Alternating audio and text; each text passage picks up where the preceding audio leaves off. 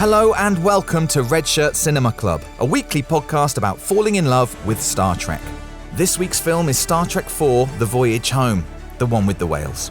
Join us as we discuss casual time travel, cigar-shaped objects from space, and whether or not we enjoy Italian food.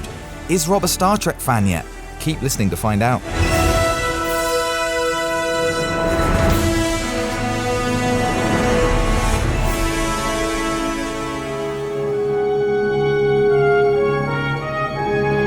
Avoid the planet Earth at all costs. We are under the attack of an orbiting probe. Notify all stations. Starfleet emergency, red alert. Earth is on the edge of destruction. We cannot survive unless a way can be found to respond to the probe. The key to saving the future Spock, you're talking about the end of every life on Earth. can be found only in the past. We're going to attempt time travel. Sulu, take us home. These are the voyages of the crew of the Starship Enterprise. Judging by the pollution content of the atmosphere, I believe we have arrived at the latter half of the 20th century. Stardate 1986. San Francisco. Our own world is waiting for us to save it. They have 24 hours Everybody remember where we parked. Break up. to complete their mission. You look like a cadet review. We will beam in tonight, collect the photons, and beam out. I want you all to be very careful. Without being discovered. We have an intruder. All right, who are you? You're not exactly catching us at our best. That much is certain. This is an extremely primitive and paranoid culture. What does it mean, exact change? Many of their customs will doubtless take us by surprise. We're ready for beam out. My transporter power is down to minimal. I got to bring you in one at a time. You're from outer space. No, I'm from Iowa. I only work in outer space. Let's do our job and get out of here. Freeze! Chekhov, can you hear me? Freeze! I've lost it. Who are you? Admiral Khan! I'm coming with you. You can't. Our next stop is the 23rd century. Full power now, sir. Shields at maximum. Steady. Hold on tight, lassie. Can we make breakaway speed? That's all I can give you. Book 8. Good. 1. Book 9. Now! Star Trek IV: The Voyage Home. Welcome back to Red Shirt Cinema Club. I am your captain, David Jackson. Joining me as always is First Officer, I forgot your rank there, Nathan Dighton. That's because you made it up. And Civilian Observer, Robert Pearson. That's me. We are, of course, going to be talking about Star Trek IV: The Voyage Home, Aren't we, though? today. I'm very excited about this. If you haven't watched the movie, ahead of listening to this podcast, listen on if you dare. But maybe stop it here. Get out go there and and watch watch the movie. Honestly, I'm so excited about this podcast. And if you're listening and haven't seen the movie, you're about to do yourself a disservice. Go and watch it right now. We'll still be here when you get back. It's going to be. You'll be changed. You'll be changed. We're going to. We're currently traveling along at warp 3. Yes. After an increase of one whole warp unit. One whole warp. After Star Trek 3: The Search for Spock. I wonder what speed we'll be travelling at. Well, I've seen now how fast and how high the warp speed can go. You have indeed. Yeah. So let's start as we always start then, Rob. You give us your synopsis of Star Trek IV: The Voyage Home. Well. So it starts, as all good sci-fi starts, with a very mysterious, unknown object just floating through space, and the Federation of Planets hasn't got a clue what it is. No. And it heads to Earth, and they can't do anything. They can't communicate with it. It's sending out this mysterious signal, and it's just vaporizing the oceans. There's nothing anyone can do about it. All the communications are down. And just before this, there was an interesting scene where, like, a Klingon politician was talking about the events of the previous film, The Search for Spock, and was not impressed with the Federation for what he thought was a gross injustice at the lack of punishment for Kirk for what he did to Christopher Lloyd and the gang in the previous movie. But that's quickly forgotten when this space probe arrives seemingly out of nowhere, and so the Federation sends out a desperate last message to Kirk, who's still on Vulcan with the gang at this time. They've been there, I don't know how long they've been there. 3 months. A long time. 3 months. And the ship, the Klingon ship, which is all they've got now because the Enterprise has been blown to bits, it's being repaired and made ready for launch. And the message comes through, and it is, don't come back to Earth because there's nothing we can do. Save yourselves. This probe, it's sending out this mysterious signal. We can't work out what it wants. We can't communicate with it. We're doomed, essentially. And Kirk, in that Kirk way, you can tell he's like, well, I'm going back anyway. And so on board the Klingon vessel we get, and they are able to listen to this mysterious signal that the probe is sending out. And Uhura, I believe it is, who is able to manipulate the density of the sound to let everyone hear what it would sound like if you were underwater. Because I think Kirk comes up with the hypothesis that, well, this signal has been aimed at the ocean. And I know it's Spock who says, well, it's very arrogant of mankind to think that a signal directed at Earth is meant for them. Yeah. Like they could be trying to communicate with someone else. And so they think, oh, maybe they're trying to communicate with something under the water. And the sound underwater, they ascertain, is very similar to the sound. Go on, you can say it. That a humpback whale makes. It's it's whale song. But the bad thing is, all of the humpback whales in particular are extinct in the 23rd century. What have we done? Because humankind has hunted them to extinction in the fictional past. And so the only thing they can do... What else could you do? The only solution to try and communicate with this probe is to travel back in time to the late 20th century to beam up a couple of humpback whales to bring them to the future, to communicate with this probe, and hope that is enough for the probe to be satisfied and to go on its way. Yeah. And so that's what they do. They slingshot around the sun using the sun's gravity to time travel back to, I believe it's sometime in the 1980s. I'm assuming the present day of the film. I think it's exactly the same year as the film was made, as a coincidence. Well, what do you know? Yeah. So they time travel back to 1986 then, I believe. And they've got to find some whales, and it just so happens that two whales, a male and a female, the female of which is pregnant, are in captivity in a tank that maybe is big enough for them to be in diagonally if they don't move. A couple of humpback whales are in this tank, but they're due to be released into the wild. Gillian, I believe her name is very unhappy about this because she's like, well, they're not going to survive because they'll just get hunted and killed. And Kirk's like, well, I'll help you then. I'm from the future, and I can take these whales to the future where they will be safe. And inexplicably, she believes him eventually. And there's lots of stuff that happens. So the crew split up, and they all there's a collision of cultures between the 23rd century crew of the Enterprise and present day, or in the past, 20th century humanity. I believe it's McCoy and Chekhov. Is it McCoy and Chekhov? Scotty. No, McCoy and Scotty, they're tasked with building a tank where Kirk and Spock, their job is to just find some whales. Chekhov and Uhura and Sulu are tasked with finding some materials that will repair the crystals on their ship to mean that they can actually go back to the future once they've got the whales. So they've all got their missions. They all go off and do those things. Chekhov gets injured. He goes to a hospital. The Bones goes to the hospital to rescue him and shows everyone what a master. This is the first time I'd really seen Bones doing some proper medical stuff. And there's a lovely scene with a lady who had a bad kidney, and he gave her his miracle pill and she was fine. Which he just happened to have in his bag. That was great. Anyway, ultimately, the whales get released. They track down the whales in the ship. They beam them up. They take them back to the future. The whales get released into the ocean in San Francisco Bay in the 23rd century. They sing their song to the probe, and the probe is like, good. Fair enough. The whales are here. I am pleased the whales are here. I'm off. Just two, but that's fine. Like, yeah.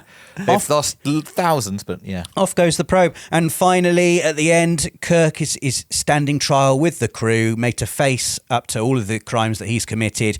But the fact that he's saved the Earth exonerates him, essentially. But apart from one punishment that he still gets, which is a demotion from Admiral back to Captain and the command of his own space vessel, which turns out to be a rebuilt and repurposed Enterprise. So at the end, everyone's back, finally, after 2 movies of not having the full crew and the Enterprise all together. Finally, we're all here. Spock's alive. The Enterprise is back. It's taken a while, but it feels like we're ready to do some Star Trek now. Oh my! 4 movies in. And don't they, though? Oh my God, they certainly do. But that's for another podcast. And as always, we watched this movie. I think this was our biggest challenge yet.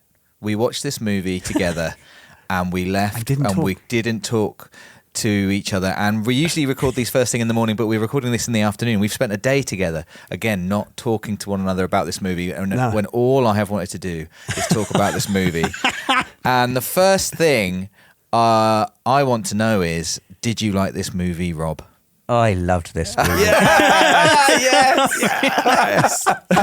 I really did I suspect had that. a lot of fun watching this film. You could have given me a million guesses at what the plot would be for this film, and I would not have come anywhere close to what it was. Yeah. It's funny because I've seen this film many, many times, but I haven't seen it for a long time.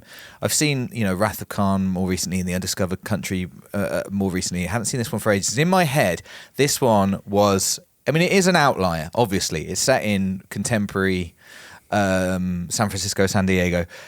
It's so different tonally, and I thought that I was going to dislike it. I watched it as a kid loads, and my memory of it is that this is a bad movie. I'm not going to enjoy it. Right. It's not Star Trek. Blah, blah, blah, blah, blah. And in fact, watching it yesterday, I had so much fun watching it. I enjoyed it so much. And I feel like I'd completely mischaracterized it in my mind. Do you remember at the end of the last episode, I think I read that quote from Nimoy where he was like, we're not going to have any bad guys. We're not going to have any violence. Yeah. And before, I was like, oh, that sounds rubbish. But it was flipping great. It was so good. I wanted to ask my first kind of question, I guess, is this a comedy movie? Oh, there's certainly comedic elements. It felt to me, tonally, quite a lot like what I'd expect from a big budget AAA Marvel movie today. Yeah. You've got like a gang of really iconic characters, and you just put them in quite a humorous situation. Sometimes you got, Spock, this incredibly intelligent race, this Vulcan who present day mankind has no idea of. Just seeing how he interacts with, the humans of today, like the metaphors and the double asshole this or whatever it was. I think the Marvel thing is a really good point. Like, because their whole deal, like the Whedon coming on board and whatever, the whole deal was you can get the Avengers together as long as you just make a good joke every time something completely ridiculous happens. Yeah. Then everything works, and that's basically the formula for Voyage Home. My favourite bit was where they were planning to have dinner, and she was like, "Do you like Italian?" Yes. No. Yes. No. Yes. You do like Italian. Yes. I love Italian, and so do you. That was great. We all laughed out loud at that bit. Yeah. And it really speaks to. It's interesting you mentioned the Avengers, I guess, and particularly that idea of bringing together your favourite characters. These characters have pretty much been together for all of these movies in one sense or another, but I'm not sure they've ever had their moment as characters in their own right. A little moment in the last movie. This was the first movie, I will say, where I fully knew the names of all the characters. Yeah. Like I know Uhura now. I know Sulu, I know Chekhov, Scotty, the whole gang. And so when they split up and they have their own things, whenever we change in scene to a different bit, I'm just like, oh, here's the Scotty and Bones bit. Oh, how are they going to get on? And there's always something funny.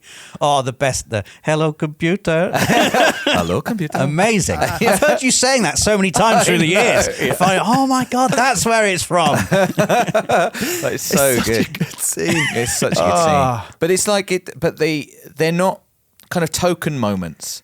where perhaps they have been in the previous films. It feels like everybody. It feels very well balanced. Each of those characters, really, apart from Ahura, her part is slightly smaller, and Sulu. I don't know what's happened to Sulu. Really, he's there. At one point, he's talking to a guy who flies a helicopter. I don't know how he's found this man. That bit, it was nice. I don't know who that man was. Why he had a helicopter. Why Sulu was. This is like old tech to you. Yes. Very old tech. And I don't know exactly what happened to Sulu there. It feels like he was shortchanged. But everybody else, like, really is a big part of this movie. So there's this scene that Shatner talks about, and basically Takai's like, I was always banging on. They all want like the business. They want something for their characters to do. And he suggested a scene where it turns out that San Francisco is Sulu's hometown, and he runs into a small kid, and this kid is like, "You're my uncle," and he's not his uncle, but it turns out that the kid is Sulu's like great-great-grandfather or something. Right. And Harve Bennett was like, "I tell you what, all right, I'll try and write it." And then it goes into production, and they're getting ready to, and they actually filmed a version of it, but the kid, it's just like there's paragraphs of this, of basically then talking about how the kid was too shy and his mum was like a real showbiz mum and kept on answering questions for him, and like the kid was too shy and the scene was rubbish and it got cut, and George Takei was really, really sad. That was like his big Sulu scene. So that's why it's not in the movie. No. Yeah. I mean, I'm glad, in as much as he deserved more than, I'm glad there were plans for him to have a scene.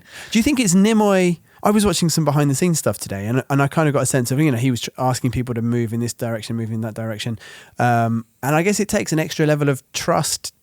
I mean, if one of you was suddenly in charge of everything we did, do you know what I mean? I'd be like, yeah, all right. I'd be like, yeah, good luck with that. I hope that goes really well.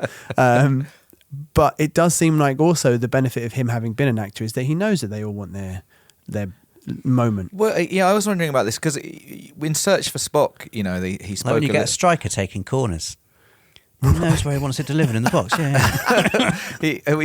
In Search for Spock, I know that he thought that getting the gig there, being the director there, that all his castmates were going to be really pleased for him. And actually, I think, particularly at the early part of filming, Leonard, have you met actors? He realised that actually they weren't necessarily too pleased for him. And I don't know whether this movie is like, not an apology, but like a sort of recompense, kind of like, look, I've got this thing, but I want all you guys to have your bits, or is it just his understanding of these actors, this cast are great, these characters are great, and they all deserve a moment. It's going to make the franchise stronger if we have these, more. I felt like it had gotten to the point, having watched all. I was going to say 3. There's 4 movies, obviously, but this is like the third one in this little trilogy. It does feel like they've gotten into that rhythm after that first one. They've got into a rhythm. I mean, it is a trilogy, so it's continuing storylines, but also the crew originally, like you could have picked maybe some smaller characters from the original series to come back, but the crew is now basically just these people, and it knows it. And the way that the camera moves across them on a couple of scenes, like when Kirk's walking up and down and saying, "Hey, should we go back and try and save the world or get court-martialed," or whatever he was saying.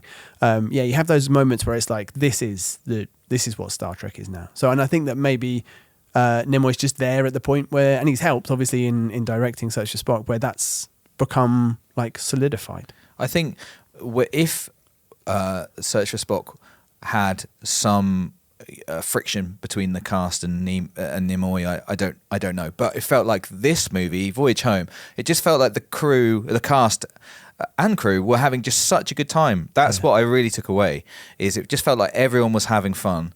It seemed like every scene was fun. There was a real warmth between them that you just can't, I just don't think is just acting. I really felt like they all had fun together. They liked being with each other. And I would love to know to what degree, if any, those scenes were improvised. Like that the scene you mentioned in the van, the kind of, do you like Italian? No, yes, no. Like, it's so perfectly delivered. Yeah. I felt like when he turned, it was the final.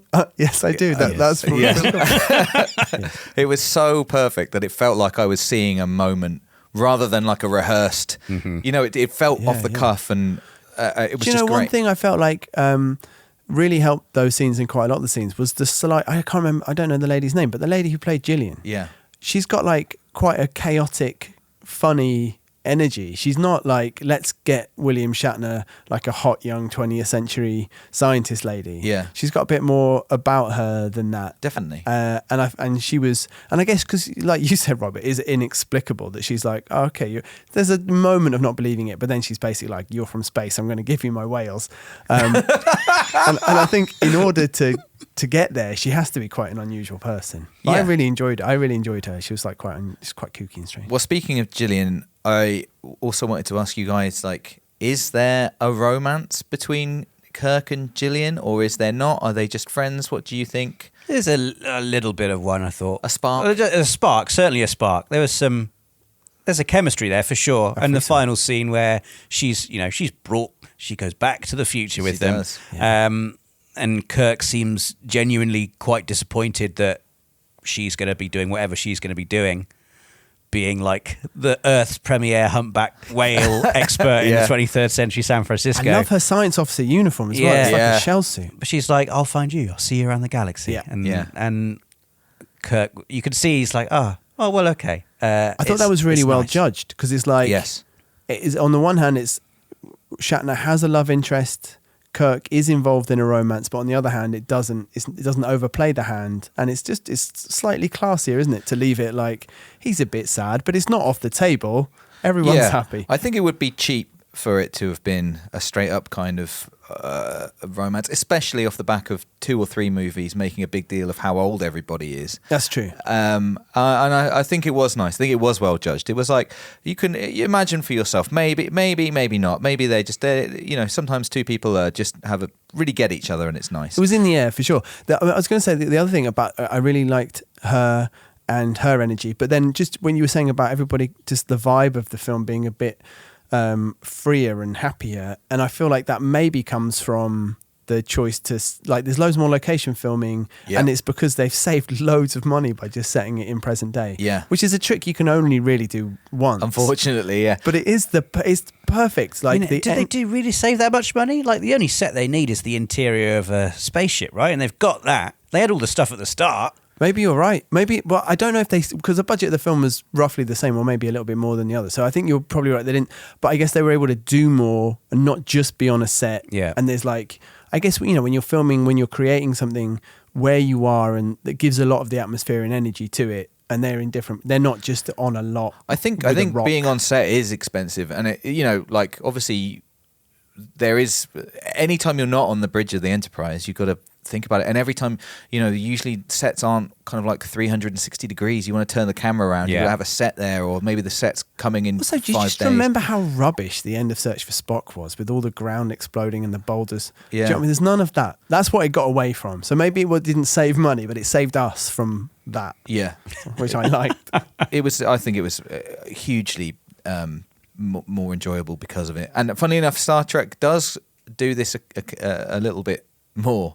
I've seen in the series, we will occasionally do a contemporary episode. Well, I enjoyed it as a relative newcomer to Star Trek. I feel like it's the perfect movie to introduce someone to, if you want to introduce someone to Star Trek, because that collision between people from this fantasy imaginary time, you collide them with what everybody knows, and by necessity then you have to explain elements of the characters as they collide with present day. Yeah. So I felt like I learnt a lot more about Spock in this film than I have in any other Star Trek film. You've told me about what the Vulcans do, about logic, and about that conflict in him between the logical Vulcan side and the emotional human side. And this movie showed it to us. It was so much better. Rather than just having someone spell it out. Well, it's basically hitting the reset button on him again, in the same way they had off screen at the beginning of the motion picture,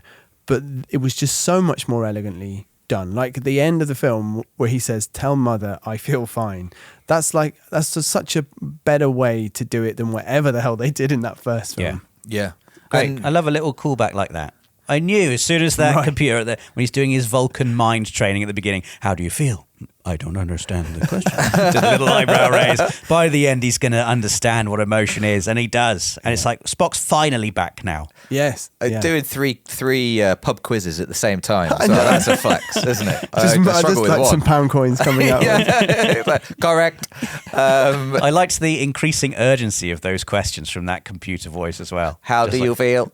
Yes, I think that's quite a good impression I can do there. I'm quite pleased with that. I've never done that before. Yeah, Spock's mum we meet. I guess this is the subplot of the film. The secondary thread is Spock's humanity. And it is really important. And yeah, I suppose, Rob, you might not have realised that Spock is half human. And his mum, Amanda, that we meet there. I did know that he was half human, but I can't remember whether I learned that from the films or whether you just told me. I think we spoke about it in the previous pod. Right. Okay. Well, that's good. Yeah. We were talking about the how they credited Spock's mum. Do you know what I mean? Other people are like Captain Kirk, and she's just Amanda. Yeah. Yes. Which was really, really nice, and I think it was interesting. The crew kind of just really openly just trying to chase Spock into being human, or finding his humanity, and especially turning around the whole the needs of the many outweigh the needs of the few. I'm getting a little bit sick of hearing that line. Yeah, I don't think you're going to hear it too much more, but I liked it, I guess, and having been a touchstone of the previous two movies, of just going like, well, that's all very well and good, but actually that's not how people operate. It's nice to think that, and obviously that's what Spock does in The Wrath of Khan, but also she's right. You know, the human in us would rather save our we would all go to prison to save our one friend. Right. I wouldn't do that, just to be clear. If you guys are in trouble, I'm not going to prison. Okay. Thanks, man. I'm looking more at Rob, to be honest. I think he might be in prison. In prison. We also say goodbye to Lieutenant Savick. I was a bit sad about that. I don't know why. It's just a pretty rubbish end, isn't it? I mean, she's in a way that's like that. That is the reassertion of like, here's the core crew, everyone. And I quite liked Savick. Yeah, maybe it's a little bit of a subtle way of Spock. This is being very generous, of like Spock leaving or embracing his humanity. Mm-hmm. She is obviously like a tenet of volcanism, if that's a phrase, and he's kind of, we're not going to see her again. They'd done the hand sex. They did, and they didn't really. Grown up Spock didn't acknowledge it. Illogical to acknowledge it, I guess. I guess so. Yeah. I guess you can say that about anything. In a way, I kind of felt like does he even remember? But he was 17. You know, he just couldn't speak at that time. But he was 17. Yeah. I don't know. I feel like that was quite a painful few days for Spock, and he probably is struggling to come to terms with it. I don't like thinking about it. This is just a complete aside, but just a nice story I wanted to share, because I read it recently, actually, before we watched the movie, but from a recent interview with Walter Koenig, and he was just talking about this movie, and there's a scene, you know, the scene when he's just approaching a policeman. I love that. And I'm looking for the nuclear vessel or whatever. and where is the naval base? Excuse me. In Alameda. I'm looking for your nuclear vessels. And obviously they're shooting on the street. I guess they closed the street, but they've got a lot of people around. And somehow a lady just walked onto the set whilst they were shooting that, and she is the lady who answers his question. Really? That is a real woman, a real extra. She's not a real extra. She's a human being who is answering his question. Like, where's the nuclear vessel? She's got more lines in the movie than the policeman. I think it's Almeida. It's just across the bay. And she's like, good luck or whatever. Yes, in Almeida, where I said. And I think Walter Koenig is super proud of that, because then he improvises a little line and a hurrah, and he just ran up to Nimoy afterwards and was like, that's got to go in the movie. That's good. I really enjoyed his slacks, and he's got terrible trousers. He's got I don't know where his outfit. Yeah, I don't know if there's a scene missing where he got that outfit. I don't know what's going on. Rob, I Bones, on the other hand, I thought had a cool outfit in this movie. I hope you come to work dressed like Bones in the next couple of weeks. I feel like we need to add a new kind of temperature gauge. I just for some reason I'm invested in you liking Bones, and I want you to be liking him more every movie. I liked him more this movie. You're right. and your synopsis, funny enough, just going through this process has made me realise we have not seen him do any doctoring apart from one little tiny bit in Wrath of Khan. He doesn't do loads. Why? He's very angry. It really strikes me when like in the start of this movie when Kirk's like, okay, everyone to your positions or whatever, like everyone to their stations, and like he's just sort of loitering around the bridge. It's like, what are you doing here? And like, where does he go? I don't know that the medical Klingon, bay. They don't know that the Bird of Prey has a sick bay. Yeah, but he was. I thought he was fantastic in this. I love him and Scotty as well. It was great to see people different together. Pairings. Exactly, different pairings. It was really, really fun. I enjoyed Scotty in this. Their whole pantomime act in that fabrication place is so good. That was great. The whole computer bit is that I can show you.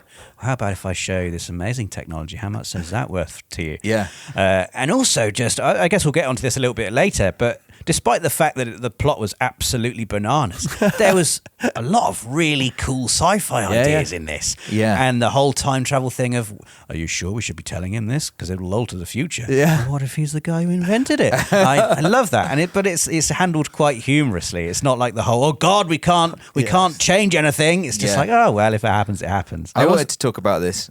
I was just before that. I love the 80s just sort of trope of woman enters office, doesn't say a word. Not now. Like, what's now, Madeline? It's like, like just what a funny thing to put in. I mean, it's added something, I guess. Yeah, he's a genius for sprinkling that in.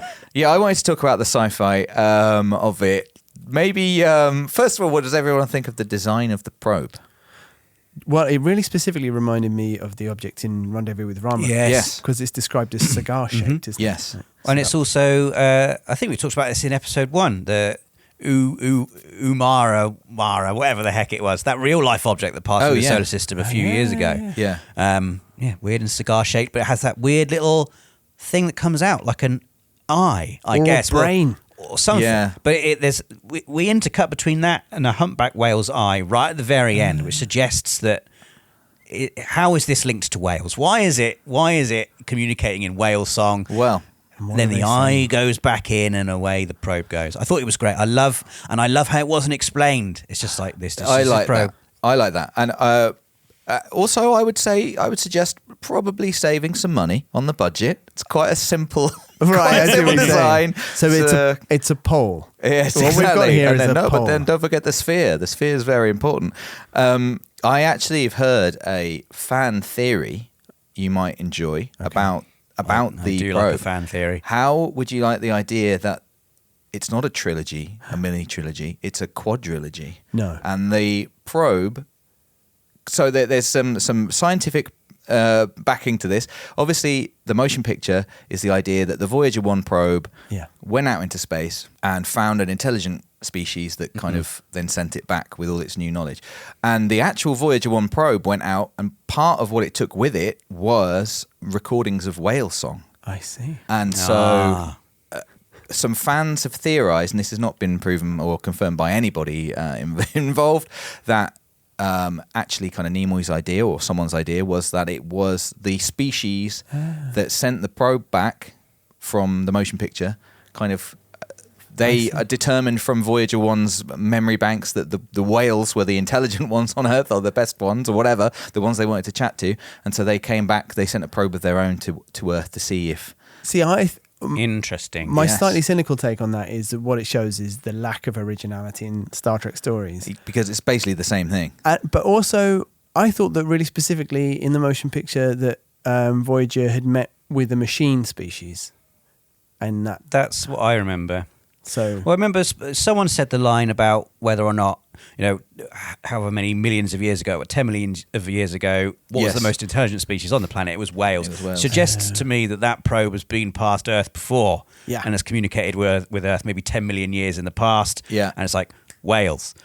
That's what lives here. I'll come back later on my rounds. Just check they're okay. And it's communicating to the whales again. I always thought as a kid that the probe was angry that there were no whales. I felt this time, it's like it's just cosmic. If it was communicating with whales 10 million years ago, they would have its song would have not damaged anything because there was nothing to damage. At the end of the film, in post-production, I think Leonard, this is from Shatner's book again, Leonard Nimoy fell out with Harve Bennett because for various reasons, but one of them, some of the studio wanted subtitles on the exchange between the whale and the probe, and Nimoy was like, I think it would be better without. So high five, Rob and Leonard Nimoy. What the hell would they have been saying? I mean, that bit did make me laugh again. Are you okay? Yes. We're all good. We're all fine. Don't know where all of the rest of the whales have gone in the 24th or 3rd century, but... Oh, I was going to say, like, the whales have no idea what's going on, but then I remembered that Spock does think that he's communicated to one of them, like, the plan. Yeah. Maybe that one told the other one. They're fine with it. All right. You're coming on a ship. Yeah. You're going to be in space. It's going to be fine. Imagine waking just in the oceans, no other humpback whales. Also, I couldn't help but think, even in an enlightened 23rd century, there would be someone who would just be straight out on the sea trying to hunt. Right. I could get the No, last I don't whales. think so. You don't think so? No, it's such an optimistic view of the future. Yeah. And Yeah. that's what, Kirk, when he lands, he says that one of my favourite lines in the film was like, careful everyone, this is a very primitive and paranoid species of people. He talks about humanity like they're a different species to what he is. Yeah. They don't have any money. And yes, Star Trek is a very optimistic view of the future, but when that optimism collides with the place from which that optimism is projected, you obviously get quite a pessimistic view of modern day humanity. Yeah, it absolutely has the inverse effect, though, of making me feel more optimistic somehow. I felt because suddenly, when the Star Trek crew have forever been in the 23rd century, it's like, oh, that sounds nice. But bringing them to Earth and seeing them interact with it as it is and its problems and its foibles, like, I don't know, somehow it made me more. It made me feel more real. It made me feel preached to be Really? honest. Especially Bones in the hospital. I was enjoying that whole scene's funny, but he's just like these. Basically these guys are barbaric and this is torture. It's like, mate, we're trying our best. I don't know. Well, yeah, there is that. I mean, you're right, but I don't know. It made it all seem more real to me, more possible that we could get away from it because they were seeing it like where they'd come from. It kind of made the journey to them for me a bit more real. But I did love that. It does enhance the optimism. It shows you, like, tells you, like, in the future they don't have any money. Yes. Love that they didn't really, well, that's a great scene. Again, like, it's a joke. Is that a lot? $100. And the guy's like, it's weird watching that now in 2024 and wondering, actually, is $100 a lot in 1986? I don't actually know. Yeah. I also didn't appreciate that Bones had got Kirk like a 500-year-old pair of glasses. I mean, that's actually a much nicer gift than I was like, wow, that's amazing. It's a great gift. And just on the subject of the lady in her kidney pills, there was the Prime Directive. Do you know about the Prime Directive, Rob? No. I don't know if it's a massive thing in the original series. I think it's there or thereabouts, though. But basically, the Prime Directive is that Starfleet and the Federation have got like really strict rules about not interfering with any pre-warp civilization. So if a planet hasn't invented warp technology yet, then they can't leave any trace of themselves. And lots of the fandom talk about the fact that in this movie, in fact, I saw a thing on Reddit today, which was... they leave a bird of prey parked in a public park. They leave Invisible. phasers, communicators everywhere, and a lady with new kidneys. Yeah, That's maybe she's responsible for the invention of warp drives. Maybe so. Who knows? I wanted to talk about the Star Trek of it, I suppose, because it is interesting. It feels like all bets are off in this movie because, again, I was exposed to Star Trek primarily through The Next Generation first, which is much more Prime Directive, and then there's Voyager, which is much more Prime Directive again, and they're very stoic and very like, no, we cannot interfere. These are the rules. And especially when it comes to time travel, like that is like that's a massive no-no. You don't do it, and if you do, you have to be like so careful. And I'm not sure whether this is the first time that we've seen time travel in Star Trek. Obviously, it's the first time we've seen it in the movies, and it just feels like a thing. Like, oh, we'll just do a time warp. It's like like everyone can do it. Like, oh, Spock guesses some of the stuff. He's like, I can't remember. I've basically had to try and remember the density of water or something. But I think it's about, whatever. It just seems crazy to me. It feels like a very different Star Trek to certainly the Star Trek that we will be getting to, where it's much more kind of rules. This is much more like, oh, we can. I know it's like needs must. The Earth will be basically destroyed, but it's only one yes, planet. we can Do you know what I mean? What if you destroy the universe with your time travel? I think that this raises a point, though, Dave, that we were talking about with when you watch something in order and then you kind of recontextualize it or whatever. But this is like so obviously before the Next Generation, and the expanding, and the more that the universe expands, like the more it needs those rules in order to be consistent or whatever. Yeah. And this is a mad film. And I think it does quite a lot to set the trajectory of Star Trek going forward on the movie side, and it's quite a big hit and everything. It is just weird to go like, there aren't that many. There's only, what's the fourth Star Trek movie? And there's like, let's do a funny one. Do you know what I mean? Like, it is just really different. So they do care less. And it's interesting now that there's loads of Star Trek, and it does feel like those rules weigh heavier. And here, I think it was just a time where it's earlier and there's more sort of open land in front of them, and they can kind of do whatever they want. Yeah, I think it. I mean, I want this movie to exist. I'm glad it exists, and Dave, wouldn't care about the time. I feel like they deal with it perfectly well. It's just I know where it's going, and it's going to become more restricted. So it's interesting just seeing it kind of like before, when it was like, again, the kind of gloves were off, or and it you can easily get to the point where you're laughing at yourself and the seriousness of what your show is or what your idea is, and I think it stops just short of that. And I think like last time, the thing I was really struck by, again, the trick you can only do once, but just the idea of like, we want to kind of save costs on how hard it can be to make science fiction, and we want to broaden the audience now that we've got the film franchise to like this point, and then it just how well it works. It's like, oh wow, that's really good. I wanted to ask Rob about the environmentalism. Yeah, I've noted this down. Because I've come a bit more prepared than I normally would do.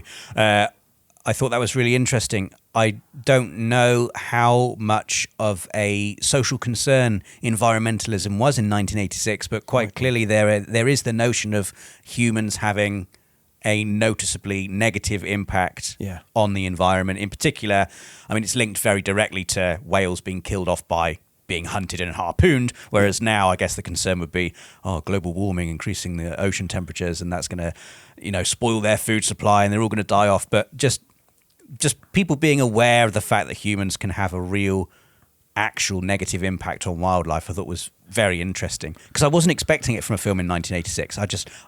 I'm not aware of how much of a panic it was at the time. So I think that Nimoy basically read a book right before, I can't remember the name of the book. Humble brag. I haven't looked at it yet. And I read this in a book. And I think that he was just like, oh my God.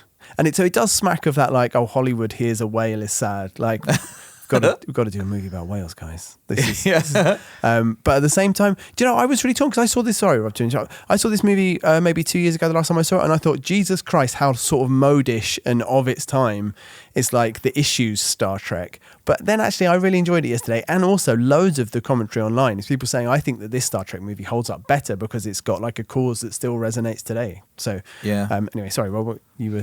Oh, I didn't really have too much else to say. You love whales. Interesting. I like whales. Yeah. I thought the whole whale thing was a very different movie to what I thought I was going to get after the first 10 minutes. Yeah.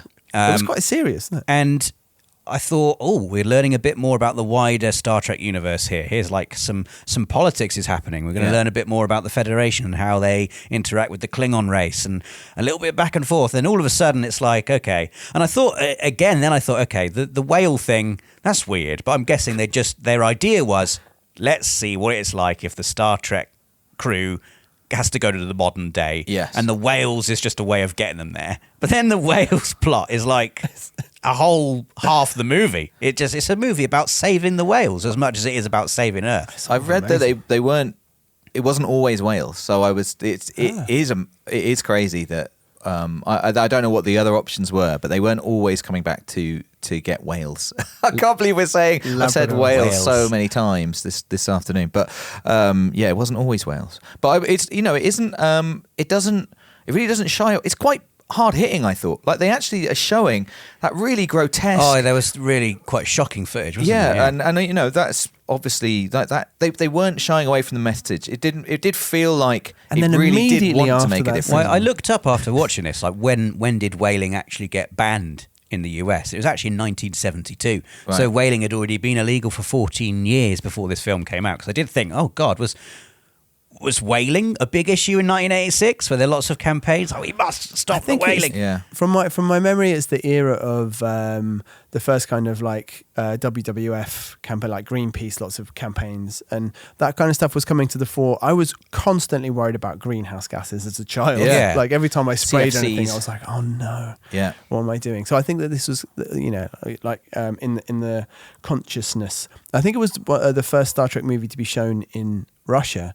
And I think it was a screening organised by the WWF, I think. Right. And at that screening, apparently, Half Bennett said the biggest round of applause or audience reaction was that one at the end where they're in the shuttle. And they do that strange stretch screen effect again on the shuttle. Thanks for that, lads. And they're talking about what ship they're going to get. And I think Bone says the one constant you can always is like, you know, bureaucracy or whatever. And apparently the Russians went mad. Amazing. They loved that.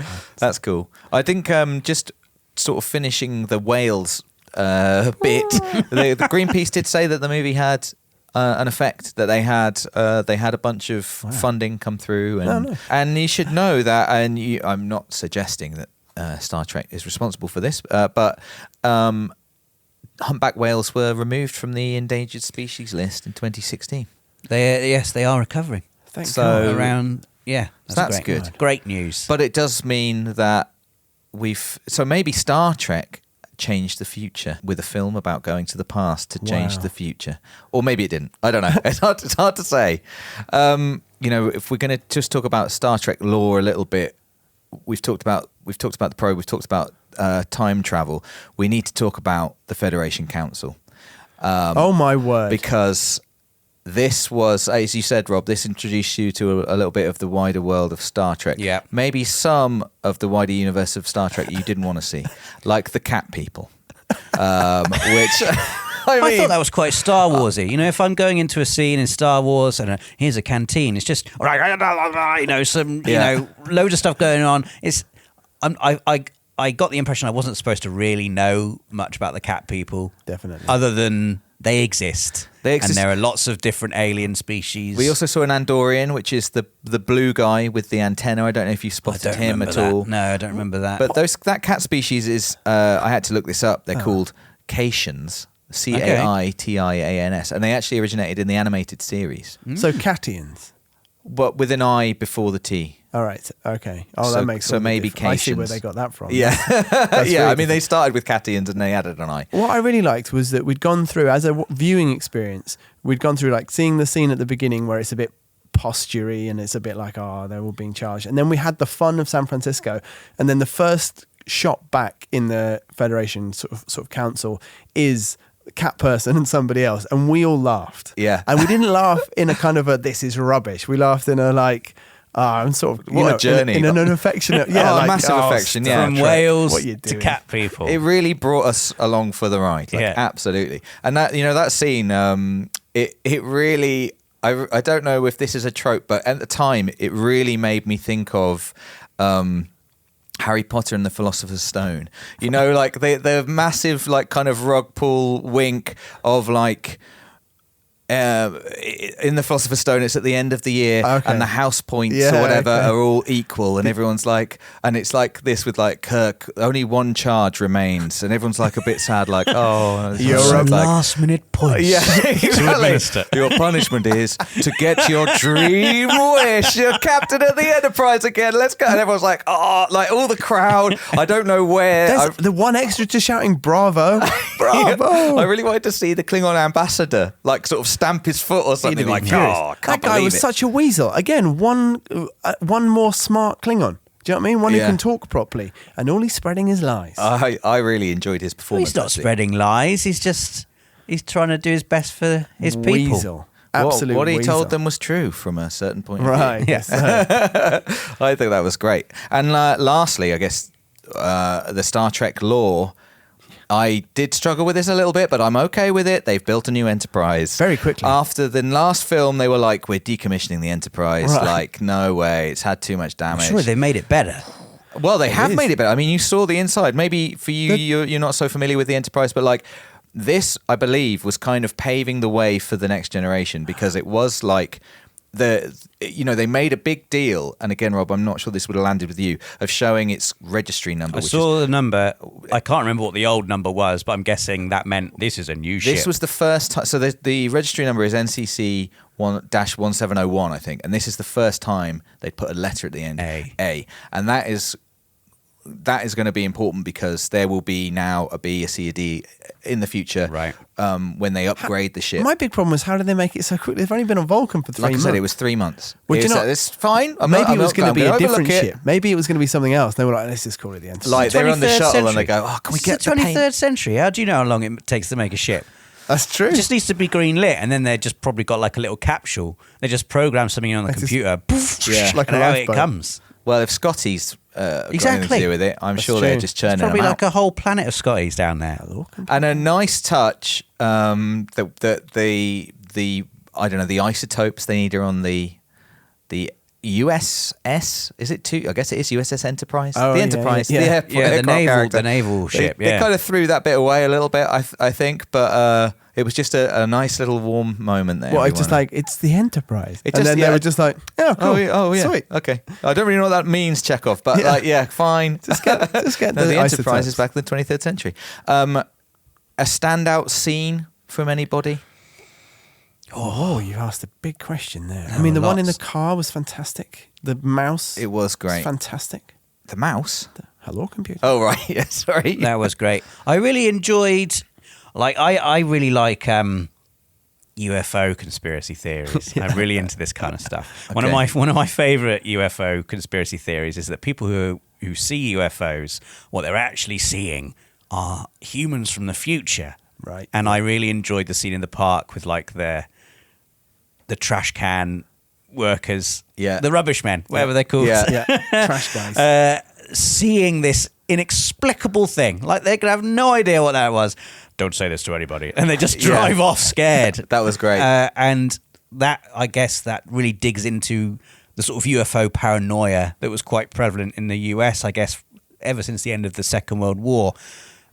You know, it was like, you don't tell anyone if you've seen one of these things because it's the end of your career. And I thought that was a little wink to the theory that UFOs could be humans from the future. Yeah, I liked that scene a lot. Standout scene for you, Nath? Oh, I think the two I mentioned, the comedy scenes. That line, what was it? Remember where we parked? Everybody remember where we parked. I love that. Line. I'm going to ask about standout performance next, and I'm going to say, what's your standout scene though, Dave? I'm not sure. I could take any of those. I think is it when they're all in the water at the end? It's. I did enjoy that for ages. Do you know what? I really do feel. Again, though, I really did feel like they were all genuinely having fun. I know. I'm sure it was. You know, obviously, who dives in? Someone dives in. Scotty does a bad dive in. Shatner grabs Nim, and they sort of fall in. They fall in. I did really enjoy that, honestly, and I'm, obviously it was prescribed or scripted, but at the same time, I felt like everyone was just having a lot of fun, and I was having fun, and it was really nice. I think probably my favourite scene is the scene in the car, but I've been quoting Hello Computer for years and years and years, and I do actually love the ridiculous kind of court-martial scene at the end as well. I'm gonna ask about standout performance. I could say my favourite scene was the hospital heist. Yeah, the hospital breaking heist Chekhov out of the hospital. Yeah, the whole sequence was great. It was loved great. it. Do you know what my favourite scene wasn't? And it was Chekhov running away on the USS Enterprise and then falling down, and me just thinking it was quite funny, and then him nearly being dead. Yes. Yeah. But the reason you thought it was quite funny, Nick, I think, is, aside from it being quite funny, is something we should talk about.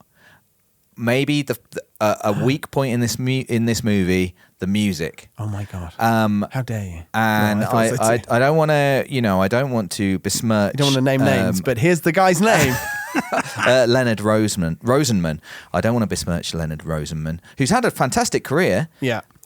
Maybe part of the problem is that the career went back to the 50s, and this was in the 80s. Yeah, but the music, you know what? Like it's like we said, it's a film with a lot of comedy in it.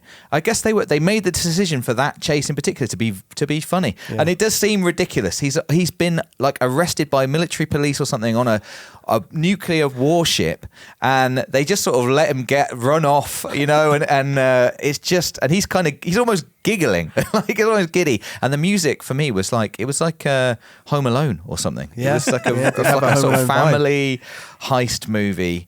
But yeah, I did think that the music, it was that which I noticed, or no other music that I noticed whatsoever, really. No theme, The only music I remember was the old fanfares, and they were great still. And we have previously been listening to the work of Jerry Goldsmith and James Horner. Yeah. No offense to Leonard Rosenman, but I don't think it was a strong point. You're out of your league, of this Rosenman. movie. Standout performance for anybody?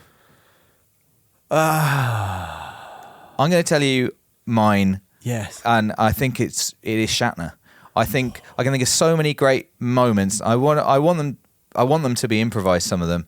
I think I love that bit where he's seeing Spock in the aquarium mind melding with the whale, and he's sort of like that's what I was going to say. That's right after the butchering of whale scene, as you see Spock in his pants swimming with a whale. I think he's got such a warmth in this film. Again, he's very charming. All the cast do for one another, but I really feel like he does. I like the sort of seriousness that has with Spock when he refuses to call him Jim, and he keeps calling him Admiral. Admiral. I really think he kind of stole the show for me in this one. I think it definitely plays to his strengths of we've been waiting for him to loosen up. Like we said after we watched the motion picture, I was like, you get that glimpse of real Kirk at the end, and I can't even remember where he says like "let's go." Well, I can't remember what he says right at the end of the. But this is like a whole movie of it. It feels like he has home advantage in this film. Like he's back on planet Earth in 1986. Yeah, he's back on planet Earth in the era in which he was essentially, his character was created. It's true. So it's like, this is where he's from, and he's able to interact with the people on Earth in a way that Spock can't. Like I feel like when they're on the Enterprise, Spock is the main man. Yeah. Like he's the one who everyone is looking to solve the problems that they've got. Whereas here, Kirk knows how to order a pizza. Yes. he knows what's going on. Yeah. Some of the lines are great as well. That I am from Iowa, I just work in outer space. Yes, exactly. That's so good. And actually, do you remember last time I said that Harve Bennett and Nick Meyer split up the writing, and it would make sense? Harve Bennett wrote all the stuff in space, right, and Nick Meyer wrote all the stuff on Earth, which is funny. Yes, it's great, and I continue to be impressed by Nick Meyer. Not that he really needs my plaudits. He might be in touch. I also love the bit when they're all just stood on a street corner, and he's like, break up a bit. It's like, everyone's just sort of like they don't know how to just act natural on this street corner. I thought that was really good. It's hard to look past Shatner for best performance. I really like, and I think he gives like a gravity to it. I can't remember, what's his name? Something Leonard, and it's the guy who plays what's his name? Sarek. Sarek. Oh, yeah. Sarek. Yeah. Spock's father, and I believe he's I was reading old copies of Starlog magazine. Oh wow! In preparation for this, and I had a little interview with him. He's one of the, at the time, he was the only person ever to have played a Romulan, a Vulcan, and a Klingon. Oh wow! In Star Trek, he's one of the Klingons right at the beginning of the motion picture. No way. And considering how kind of versatile and I think he played Sarek in the original series.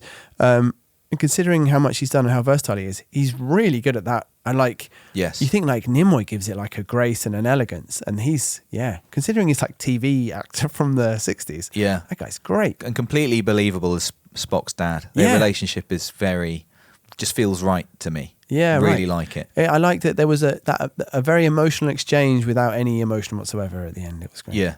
A standout performance for you, Rob? I think it's hard to argue with Shatner, but I really enjoyed DeForest Kelly's performance in this as well. Just thought he had a couple of great scenes. I love the bit where he was almost sort of like goading Spock into, go on, what's your problem? Just make your best guess then. Yeah. That's him being super nice. Yeah. I love that. Well, again, I think like their relationship in the previous movies has always been quite sparring. They've always sparred, and Bones has been kind of annoyed at Spock a lot of the time. And this felt like, again, that warmth of like, he wants Spock to come back. He wants the old Spock back, and he's enjoying seeing him be Develop. rediscover himself. The triumvirate. Yeah. So, Nath, how did the movie do? How was it critically received and received by the people and whales of the world? It was critically the most successful one yet. So I've only got just two critics from the time. Again, Roger Ebert again, just because he's always good value. He says that it was easily the most absurd of the Star Trek stories, and yet, oddly enough, also the funniest, the best, and the most enjoyable in human terms. Whereas Janet Maslin in the New York Times also enjoyed the film, but said the plot was demented. But in general, everybody really liked it. It made $133 million at the worldwide box office, which is, just to put it in context of the other movies, up from $87 million for Search for Spock. Yeah. Better than the 95 for Khan, and just shy of the motion pictures, 139 million, which is interesting. Imagine if the motion picture had been really good, that might have set an even higher bar, which they then could have. But anyway, so a massive success really, for all the reasons that we discussed, and their strategy for it really paid off. And I think just an interesting way to pay off that kind of trilogy, which they started with Khan. That return put it fifth in the US box office that year. Number one was Top Gun, another Paramount movie. Crocodile Dundee was number 2. Wow. The film that this one pushed off the top spot. Platoon, Karate Kid Part 2, Star Trek 4 at number 5. I've just written Back to School at 6, which is a film I don't even understand. I basically just wanted to get to Aliens, which was number 7. It's weird to think that it Aliens number 7. Yeah, but I mean, obviously, you know, like Blade Runner or whatever, money does not equal relevance culturally. The Golden Child, which is the movie that Eddie Murphy chose to do instead of this one. Oh, wow. It was in number 8. Ruthless People. And Ferris Bueller's Day Off in number 10. So, it did very well. Yeah, interesting bit of a mixed bag there, and definitely feels like sci-fi not scoring so highly that year. I mean, obviously Aliens is amazing. We'll see shortly. I think that the sci-fi kind of boom is over. Right. And I've got some telling evidence. That's sad. But before we do that, there's 2 important things we need to do. The first one I am very excited about, and that is to ask Rob. Oh, who knows? At what warp speed are we travelling now in your journey towards Star Trek fandom? We should remind everybody we started at 1, I think. 2. We started at 2. Mm-hmm. We stayed at 2, basically, until Search for Spock, which gave a little bump up to 3, excitingly. And I am nervously excited. And I felt that bump came mostly from familiarity with the characters, because it was quite a bad film. Yes, it's undoubtedly a bad film. I think I was quite explicit that I thought it was the worst of the films I'd seen. Yes. And I'm very excited to hear at what warp speed you are now travelling. We're at warp 5. That's one more than my points. best guess. Wow. Warp we're going 5. so we'll be there in no time wherever we're going. That is exciting. Well, we've got a few more bits and pieces to do before we find out if you're a Star Trek fan yet, but I was interested to know very interested actually, if the Voyage Home has inspired any kind of recommendations in you that you might be able to share with us. He's nodding, everybody. He's nodding, and I'm excited. Well, you won't know a lot about this, but it reminded me a great deal of a video game called Star Ocean Till the End of Time, which Not what I played. is an RPG that really tries to have its cake and eat it. It's a JRPG set in the future, so it's like a sci-fi, quite Star Trek-y actually. Yeah. It's set in quite an optimistic future civilization. They have rules about not interfering with underdeveloped planets, they call them. Okay. I like it. And a crew crash lands on an underdeveloped planet, and they just get embroiled in the politics of what's going on this planet. So essentially, for about 30 hours of the game, you're playing what feels like a medieval fantasy RPG with characters who are firing lasers and stuff, and the plot's about dragons and kings and queens and castles, and like about 40 hours in, you finally sort out the mess on this planet. You take Nell, who's like the best warrior on this planet, and she's like, no, I have to come with you. It's like, well, we're going back up to the ship now. And like her mind is just blown. She's like, oh my God, what the heck is this? And the rest of the game is all set in the future. And it reminded me very specifically of that with Gillian, obviously going back with the crew after the whales are saved, and sort of just being that's her life now. She now lives in 200 years odd in the future.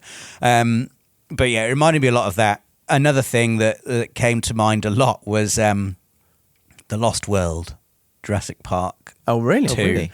When the T-Rex just gets set loose at the end of the film in San Diego. I can totally see that. And just from that collision between the fantastical and the ordinary. Yeah. And it's so jarring. It's jarring in quite a pleasant way, I think. Quite an enjoyable way.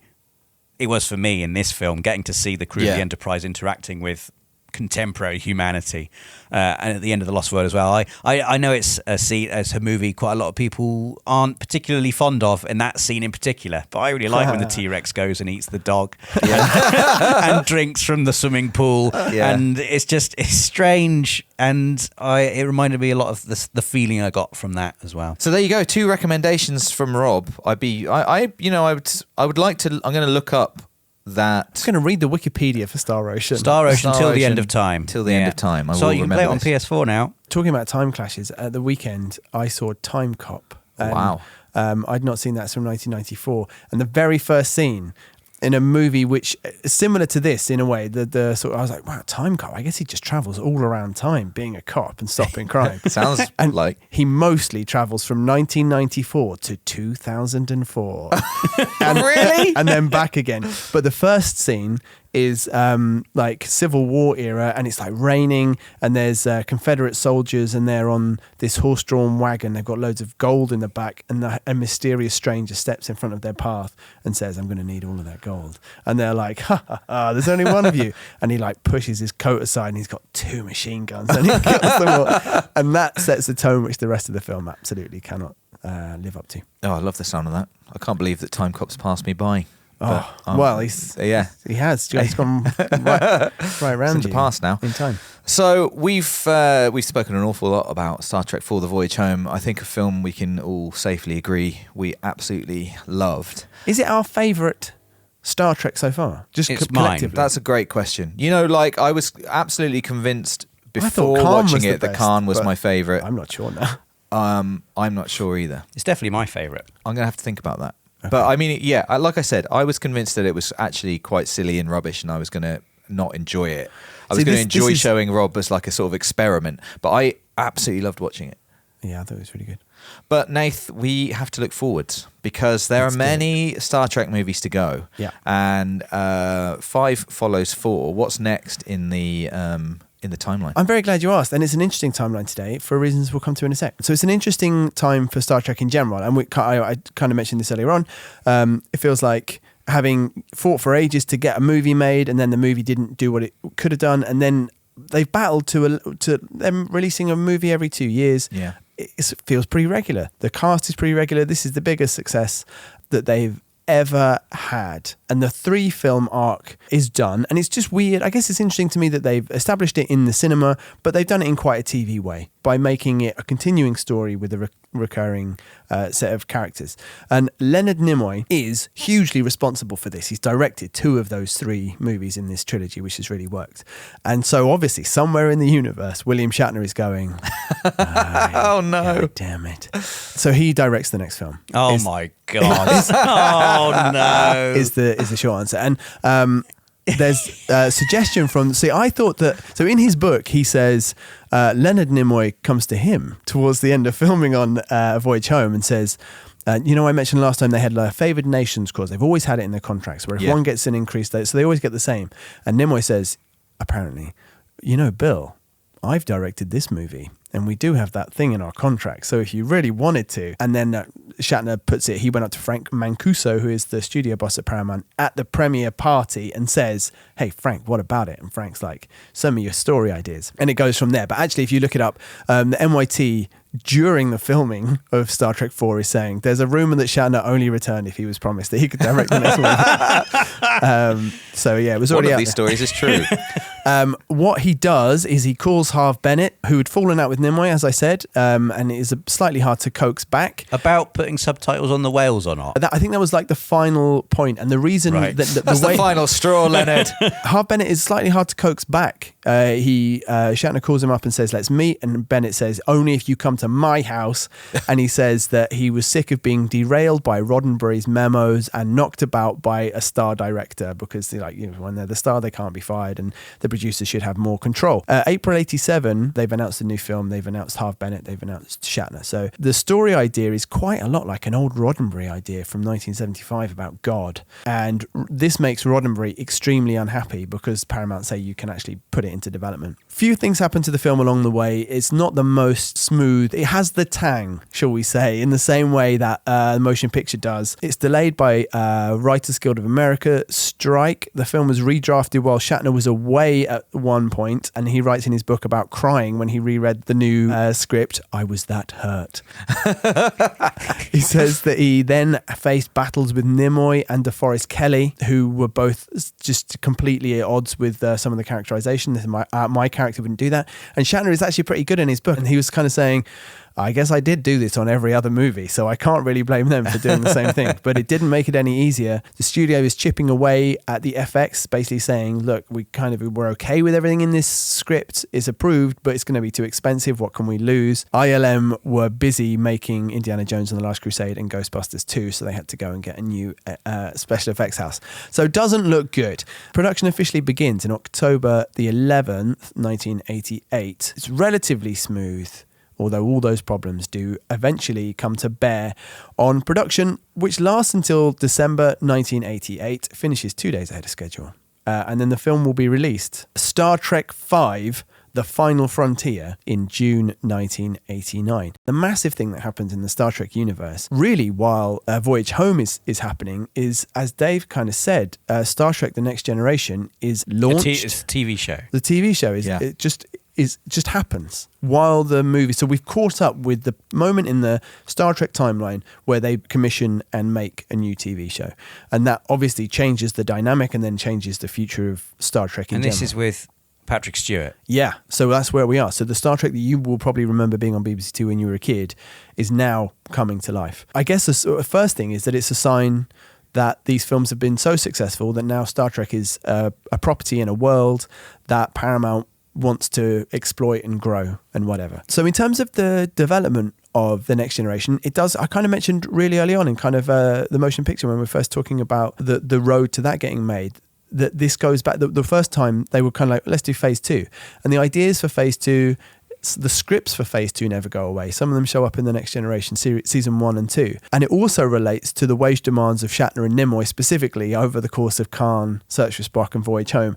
And it was during negotiations, I think, for Voyage Home where Paramount started openly talking about, why don't we just get some younger people who won't charge us this much money per film. The first thing they think about doing is a movie called Star Trek The Academy Years, and I guess they could then recast the characters as younger if they wanted to, or just set it in a new academy. But the things which have changed since the original Star Trek was on, and just the landscape of entertainment in general, mean that they decide to make a TV show out of it. And those things are, there have been for decades and decades 3 television networks in America.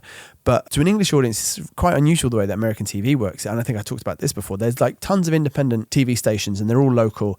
And then they will sign up to be part of a network and to take that network's programming, affiliate stations. And at the same time, home entertainment is becoming a bigger and bigger thing. One of the things which the Paramount exec, who is a source for this New York Times story about the launch of Star Trek Next Generation, says is that the audience which got Star Trek cancelled in the 60s, a third of that audience would have been a massive hit in the 80s. And that's just because the audience is split over more TV channels, cable TV and home video. Like they're just, as they are now, we're atomizing our kind of entertainment. So as TV was expanding, home video was huge. So rather than worrying about diluting Trek or like destroying the movie franchise, Paramount was more interested in programming to that kind of fractured landscape. So they bring back Gene Roddenberry to be the creator, and they set it out to, what I really think is interesting about this, and maybe no one else in the world will, is that even though Star Trek is like a big TV show, is a big movie franchise, and this TV show is big news, the networks don't really want it. So NBC and ABC say, we'll look at the script as we would any other pilot. CBS says we'll do you a mini-series, and if it's successful, we'll carry it on. And Fox, which is launching its network that year, is desperate for programming, says we'll give you 13 episodes. And they say, no, Paramount's like, we want 26. This is one of the biggest things that we've got going.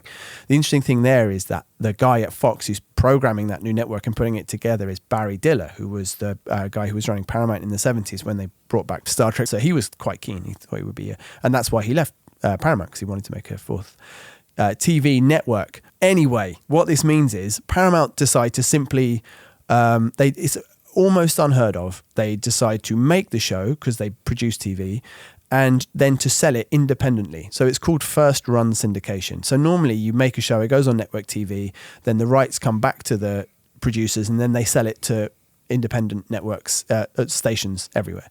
And what they did was they just did that from the off, which is why when you watch that TV documentary, which I know Dave and I have watched, called Chaos on the Bridge, where Shatner is talking to the Next Generation cast about putting the show together, and they were like, even though it was a big franchise, it felt like we were making budget TV. And this is why, because they were trying to cut all the costs they could, because it wasn't as solid as just having a big order from a network. They weren't actually on a network. It was like not very premium, weirdly. But the nature of Star Trek, syndication was what had brought it back to life in the first place in the 60s and 70s, and it was enormously successful here. Anyway, all of that is to say, actually, and well, one final thing was, I think it's Frakes, Jonathan Frakes, who plays William Riker on The Next Generation. He says that The Next Generation survived the 3 S's, which is sci-fi, sequel, and syndication, which I really like as a line. So the show is announced in October 1986, so a month before Voyage Home, the film that we've just talked about. The world knows that there's going to be a new TV show. It goes out about a year later. So September 1987, season 1. So by the time The Final Frontier comes out in June 1989, we're in the middle of season 2. Season 2 is airing. Season 2 is kind of where it gets good. Riker grows a beard. Yeah.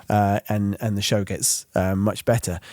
So it's from now on, we just have to expand our minds and realize that Star Trek is not just old TV show, old movies. It's also now whatever Star Trek will become in the future. So by the time Star Trek 5 comes out, audiences know Star Trek. The Next Generation. They know the Next Generation crew.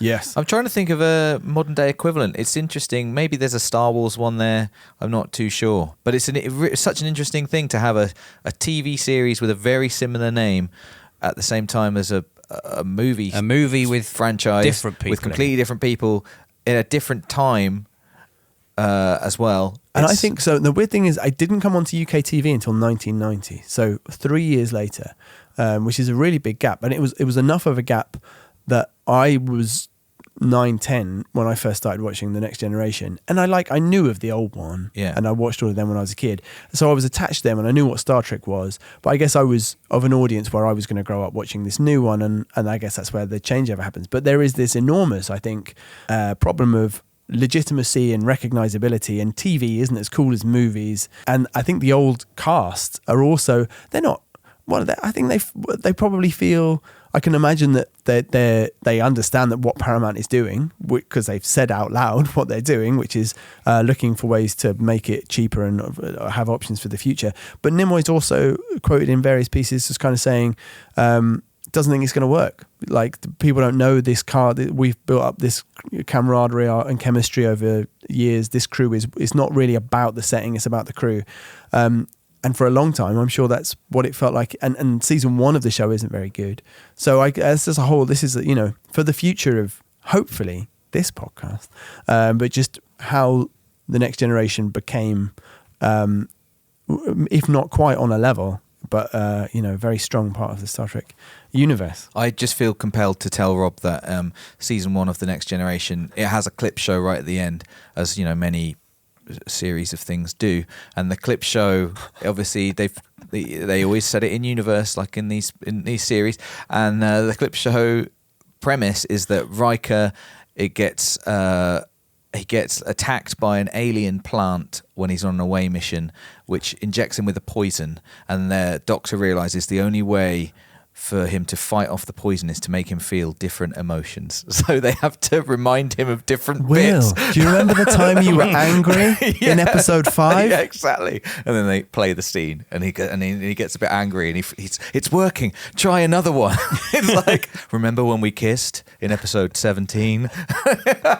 It's just so bad. Okay, I'm going to skip over the years in between. So obviously we've got 1987 and 1988, and then 1989 when the next movie comes along. 1987 top 3 movies at the US box office were Three Men and a Baby, Fatal Attraction, and Beverly Hills Cop 2. I'm going to say that's not a vintage year. No. In sci-fi land, still some interesting things going on in 1987. Predator, RoboCop, The Running Man, Inner Space. I've written down Superman 4, The Quest for Peace. I'm not quite sure why. Batteries not included. And also shout out to Bad Taste. So, Peter Jackson. Peter Jackson's first movie probably wasn't released in the States, but is a good film. And also Spaceballs, which I think is interesting. You both seen Spaceballs? I'm afraid to tell you I have not. My good God, we should watch Spaceballs. Well, you know what it is, though, right? It's okay, cool. Like Star Wars spoof. Right? Mel Brooks, it's got a bit of, it's got some Star Trek, it's got some Alien, and I guess it happens. I guess it is. I hadn't written this down, but just thinking about it, at the end of a cycle of, at the end of it, like Scary Movie happened because there were loads of summer slasher movies. So you get the parody because like the saturation is there, and then and it means we're probably closer to the end of this phenomenon than we are the beginning. And then 1988, I've written the sci-fi boom is over, and so the top 3 movies that year: Roger Rabbit, brilliant film. Rain Man. Who Framed? Yes. Yeah, so good. And Coming to America, not a classic. It's literally a classic. Anyway, and the reason I think the sci-fi boom is over because the science fiction from 1988, this is genuinely the best I could find. Alien Nation, you know, the buddy cop movie with the bald aliens? No, with James Caan. Earth Girls Are Easy with Jeff Goldblum and Jim Carrey. They play sort of dancing cat aliens. Oh, God. Critters 2. Okay. Mac and Me. Oh, yeah. Short Circuit 2 and They Live. John Carpenter's They Live. Best of that bunch. Short Circuit 2, though. Cracking. Oh. Best use of I Need a Hero. I was going to, That's about it. But apart from that scene will live with me for a long time. Street gangs. Yeah. He's like when he's got like a metal mohawk. And then 1989. Top 3 movies at the box office. Batman, Indiana Jones and the Last Crusade, and Dead Poets Society, which is made by Peter Weir, who made Truman Show, and a movie I went to see the other week called The Cars That Ate Paris. Batman outsells Indiana Jones. Yeah, both over 400 million globally. I feel like Temple of Doom has hurt Indiana Jones. Is 1989 the start of the comic book adaptation? I guess. Domination then. Perhaps. But, do you know, I feel like Superman and this Batman, because Superman was about 10 years before this, and this Batman kind of live outside. I always think of X-Men, having lived through it around the turn of the century, as being like where proper Marvel nerddom became acceptable. Yeah. But Superman, Batman were like breakthrough before that. Yeah, and Batman was massive. I think it's got more to do with like blockbuster movies really becoming very tentpole at this time, and it kind of leads into, you know, Godzilla in the early 90s. Like some really big misses start happening. We should watch all the Batman films. Yeah, we really should. Yeah, I would be so, including the old one where the Joker's surfing. Gotta watch that. With the shark repellent bat spray. Yeah. Anyway, that's another series of the podcast. This is so there's an old story from I think it's the Los Angeles Times, which and the headline is they're calling it Summer 2, the sequel. And I can't remember if it was 1989 or like 1986, but it's a movie where Hollywood was finally like, oh my God, our summer is just sequels. What have we done to the industry? This one's always also called the Summer of Discontent because I think the box office wasn't great. But the reason it's maybe called Summer 2 was, Indiana Jones, like I said, Lethal Weapon 2, Back to the Future 2, Ghostbusters 2, Karate Kid Part 3, The Fly 2. Very little. The only sci-fi movie outside of these which has been made is The Abyss, which is a very good sci-fi movie. But I just so that whatever was started or crystallized by Star Wars and Lucas and Spielberg is kind of done at this point. And a different kind of harder edged blockbuster cinema is taking over. What happened in 1989, I ask? No, you ask. Yes, what happened in 1989? And I answer the breakup of the Soviet Union. Okay. And the fall of the Berlin Wall. The massacre at Tiananmen Square. Oh. The Salman Rushdie affair and the Satanic Verses. The World Wide Web is invented by Tim Berners-Lee. I feel like if you were a tech nerd, there's probably more to that story. Yeah, I always think that as well. But no, it was invented in this year. The Hillsborough disaster. 10 years of Thatcher, 1989. 250 hippies were arrested at Stonehenge during the solstice, and I think good. What for? What were they doing? Oh, they just get close. They rub themselves on it. I've been there. Just trust me, I've been there. I've seen it. Listen, I think they should be arrested. What were you doing there? Just having a look. That's when you chose to go. It's the summer solstice, like a part. It was like I was like 19, and me and my 19-year-old friends were like, "Should we go to the summer solstice? It's meant to be cool. You just stay up all night and wait until the sun rises and drink." You've seen things that young men should never have seen. I didn't realise that there was also like a whole kind of, religious side to it for some people, like a pagan. I don't want to upset the hippies. Also, what are they going to do about it? Let's not go down this route. None of it's real. That's all I'm saying. Game Boy was launched in the USA. Wow. Baywatch was launched. Another first-run syndication show. How interesting. And that's it. Big hits of the year. I'll leave you with these sounds. If I Could Turn Back Time by Cher, which I thought was particularly apt. Yes, it's a Voyage very much Home. so. Thank you. What a cracker. Like a Prayer by Madonna, and similar to Michael Jackson, that song debuted on a Pepsi advert. Wow. And Another Day in Paradise. I think, if 80s was... There's a whale Star Trek movie, there's Live Aid, and really I think we have Phil Collins to thank for telling us all about homelessness. So Another Day in Paradise. Yeah. 1989. Wow. Well, I feel armed and ready for Star Trek V, The Final Frontier. I'm excited. I'm very much enjoying this journey we've been on together. 4 movies now we are down, and I think that we're at Warp 5. We are at Warp 5, and I just wanted to say that having realised that The Next Generation had come out, it made me more sure I would love to carry on past the original cast movies and just keep going. And I feel like my main reason is, I think, Rob, you're going to have, now a bit of the old cast, then meeting that new, you're going to have opinions about how that's handled, and then they've got some movies, and then there's like the reboot, and you'll have opinions about that because it's rebooting a thing you've now seen. Well, I think we all have. I assumed that we would be going all the way through to the Abrams ones. Let's do it. We should. It's happening. So that's it. We've done Star Trek 4, The Voyage Home. The Voyage Home to the crew we all know and love. Spock is human again. We're back on the Enterprise. It feels like we're ready for a new adventure. I'm not sure we're ready for what happens next, but we shall find out next time. But the only thing left to do, the same thing we do every episode, and I think there's a nervous energy between Nath and I as we ask Rob the question. Rob, are you a Star Trek fan yet? Not yet. Oh. It's not just no, though, is it? It's not no. It's not a no. There we go. It's a not yet. Wow, I'm not sure next week's film is going to help. You've been listening to Red Shirt Cinema Club. If you've enjoyed listening, rating and reviewing the podcast would really help us out. We'll be back next Monday with another episode, and in the meantime, we'd love to hear from you. Send us an email to redshirtcinemaclub@gmail.com, where a team of highly trained tribbles await your correspondence. See you next week.